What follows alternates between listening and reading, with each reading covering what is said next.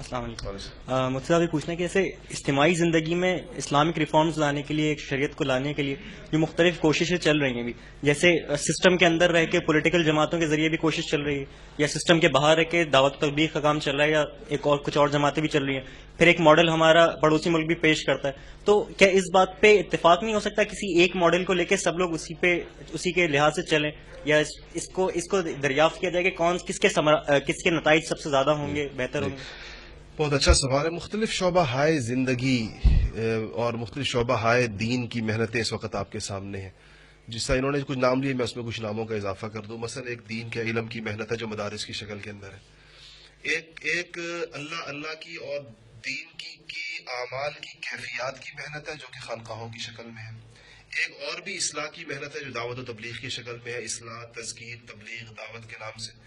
ایک محنت جو ہے وہ جہاد کی محنت ہے جو مجاہدین کی شکل میں ہے.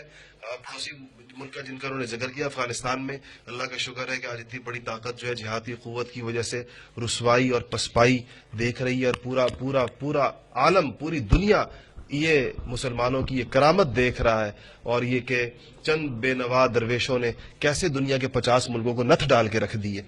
تو یہ بھی اس کی وہ ہے، اس کی ایک شعبہ ہے.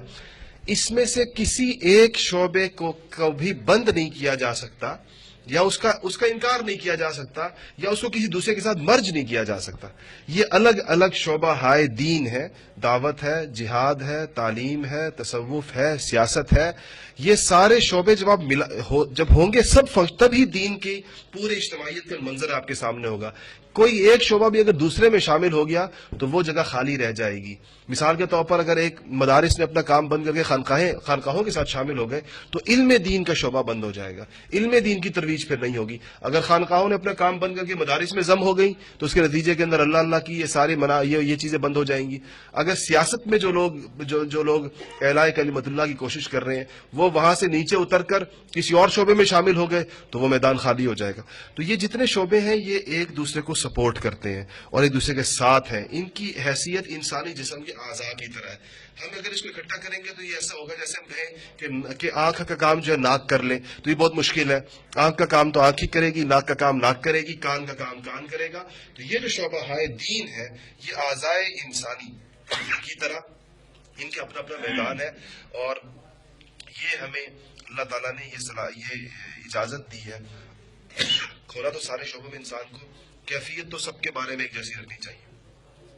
عملی محنت میں انسان چونکہ اتنا زیادہ فعال نہیں ہے، جو بہت ایسی جامعیت کسی کو اگر نصیب ہو کہ سب میں کام کرے تو صبح 100 بسم اللہ سبحان اللہ سب کے ساتھ وہ چلے، یہ صلاحیت ہر ایک میں نہیں ہوتی.